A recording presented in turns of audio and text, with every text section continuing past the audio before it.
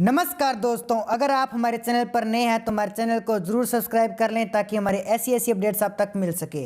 उत्तर प्रदेश विधानसभा चुनाव के छठे चरण में 10 जिलों की 57 सीटों पर आज बम्पर वोटिंग हुई। छठे चरण का मतदान संपन्न होने पर यूपी विधानसभा चुनाव की टोटल 403 सीटों में से 339 सीटों पर चुनाव संपन्न हो चुका है। आज 3 मार्च को छठे चरण में यूपी के पूर्वांचल क्षेत्र की 57 सीटों पर 2 करोड़ 14 लाख से ज्यादा मतदाताओं ने 676 उम्मीदवारों की किस्मत ईवीएम में बंद कर दी है, जो 10 मार्च को चुनाव परिणाम आने के दौरान ही खुलेगी। राजनीति के ज्ञाताओं की माने तो यूपी के पूर्वांचल क्षेत्र में मुख्यमंत्री योगी आदित्यनाथ जी का अच्छा खासा दबदबा है। योगी जी खुद पूर्वांचल की गोरखपुर सीट पर चुनावी मैदान में है, जहां पिछले 25 सालों से योगी जी का कब्जा रहा है। छठे चरण में संपन्न हुए मतदान की 57 सीट में से 38 सीटों पर ब्राह्मण मतदाताओं की संख्या काफ़ी ज़्यादा है, तो इन 38 सीटों पर निर्णायक भूमिका अदा करते हैं और 2017 से ब्राह्मण बहुल इन 38 में से 33 सीटों पर बीजेपी का कब्जा रहा है। पूर्वांचल क्षेत्र की इन 57 विधानसभा सीटों में से 2017 में बीजेपी ने 48 सीटों पर कमल खिलाया था, 2 सीटें सपा ने जीती थी, तो वहीं 5 सीटों पर बसपा के हाथी ने कब्जा किया और एक सीट पर कांग्रेस के हाथ और अन्य की जीत दर्ज की।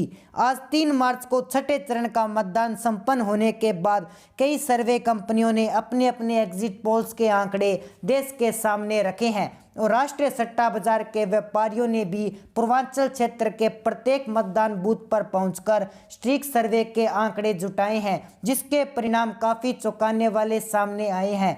खैर, राष्ट्रीय सट्टा बाजार ने पूर्वांचल क्षेत्र की सभी 57 सीटों का सर्वे कर लेटेस्ट आंकड़े जारी कर दिए हैं, जिसमें साफ तौर पर बताया गया है कि कौन से जिले की कौन सी विधानसभा सीट पर कौन सी पार्टी उम्मीदवार मजबूत है। पूर्वांचल क्षेत्र की इन 57 सीटों पर क्षेत्रीय दलों की भी काफ़ी दबदबा रहा है, जो छठे चरण की इन 57 सीटों के परिणाम में निर्णायक भूमिका अदा करेंगे। सट्टा बाजार द्वारा जारी किए गए छठे चरण की सर्वे रिपोर्ट देखने के बाद पक्ष विपक्ष की कई राजनीतिक पार्टियों में हड़कंप मचा हुआ है।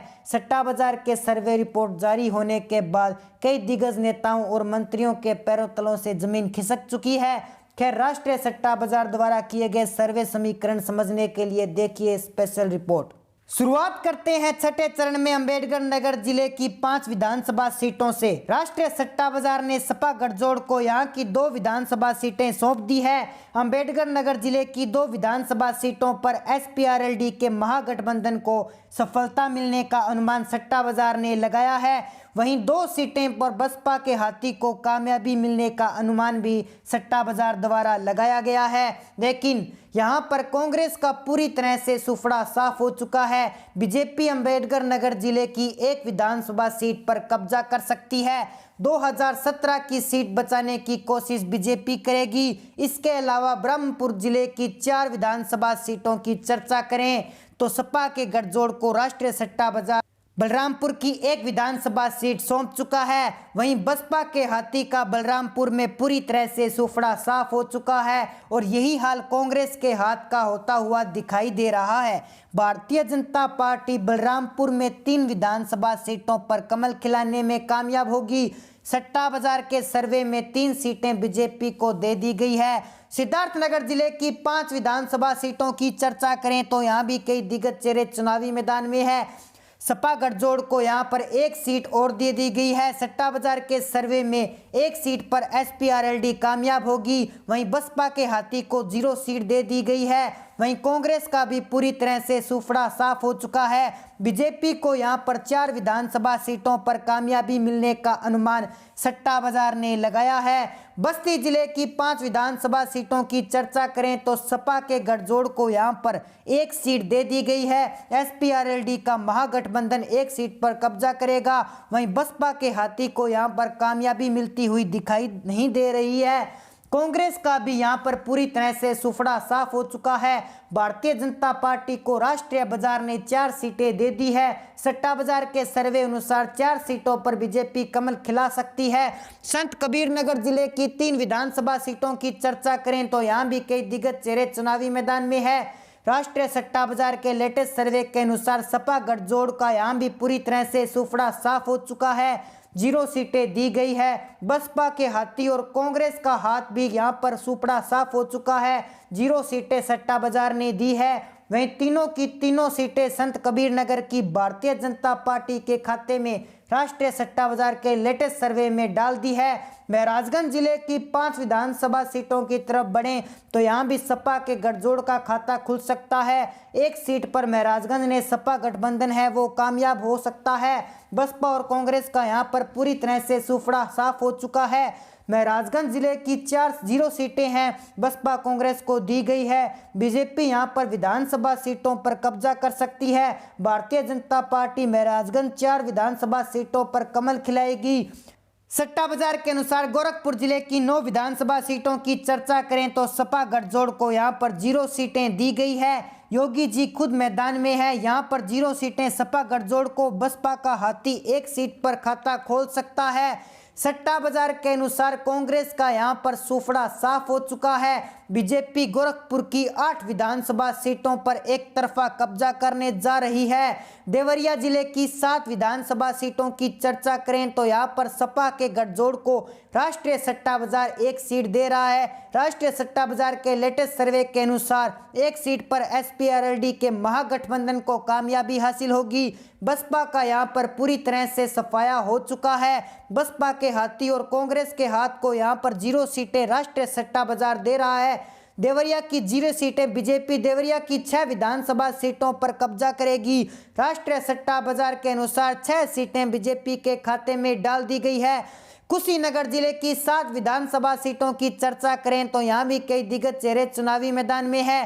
सपा गठजोड़ को राष्ट्रीय सट्टा बाजार 1 सीट दे रहा है। कुशीनगर की 1 सीट पर एसपीआरएलडी के महागठबंधन को कामयाबी हासिल होगी। वहीं बसपा के 1 सीट पर अपना खाता यहां पर खोल सकती है। बसपा के हाथी को राष्ट्रीय सट्टा बाजार ने 1 सीट सौंप दी है। कांग्रेस का यहां पर पूरी तरह से सफाया हो चुका है। कांग्रेस 0 सीट पर यहां पर काबिज होगी। सट्टा बाजार की सर्वे अनुसार भारतीय जनता पार्टी 5 विधानसभा सीटों पर कब्जा कर सकती है। कुशीनगर की 5 विधानसभा सीटें हैं वो सट्टा बाजार बीजेपी के खाते में फिलहाल के लिए डाल चुका है। बलिया जिले की 7 विधानसभा सीटों की तरफ बढ़ें तो यहाँ भी कई दिग्गज चेहरे चुनावी मैदान में है। राष्ट्रीय सट्टा बाजार के लेटेस्ट सर्वे के अनुसार सपा गठजोड़ को यहाँ पर 1 सीट मिल सकती है। एसपीआरएलडी के महागठबंधन को 1 सीट पर कामयाबी मिलेगी। वहीं बसपा का हाथी यहाँ पर पूरी तरह से सूपड़ा साफ होता हुआ दिखाई दे रहा है। कांग्रेस का भी यही हाल है। कांग्रेस का भी यहां पर बलिया में पूरी तरह से सूफड़ा साफ हो चुका है। भारतीय जनता पार्टी बलिया जिले की 7 विधानसभा सीटों में से 6 विधानसभा सीटों पर कब्जा कर सकती है।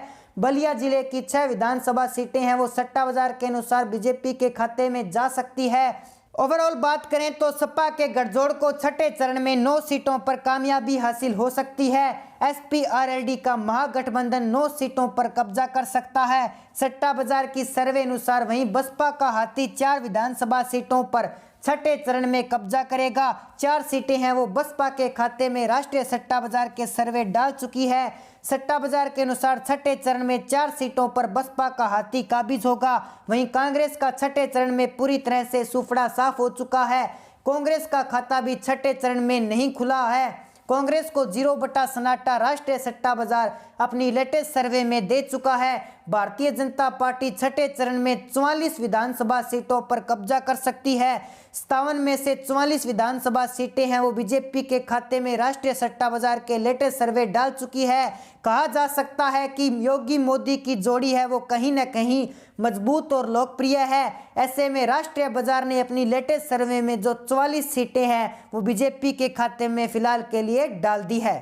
जैसा कि आपने देखा, राष्ट्रीय सट्टा बाजार ने पूर्वांचल की 57 सीटों पर भारतीय जनता पार्टी को प्रचंड जीत सौंप दी है। इन 57 सीटों पर बीजेपी कहीं न कहीं बढ़त बनाती हुई सट्टा बाजार के सर्वे में दिखाई दे रही है। छठे चरण का चुनाव खत्म होने के दौरान ही भारतीय जनता पार्टी पूर्व बहुमत का आंकड़ा भी पार कर चुकी है। सट्टा बाजार के अनुसार राष्ट्रीय सट्टा बाजार ने मुख्यमंत्री योगी आदित्यनाथ जी के चेहरे को पूर्वांचल में काफी मजबूत और लोकप्रिय बताया है। गोरखपुर सीट पर पिछले 25 साल से योगी इस लोकसभा चुनाव में जीत दर्ज करते रहे हैं। ऐसे में जो भी आपकी राय है आप हमारे कमेंट सेक्शन में जरूर बताएं। साथ ही हमारे चैनल को कर लीजिए सब्सक्राइब ताकि हमारे नए नए अपडेट्स आप तक पहुंच सके। जय हिंद, जय भारत।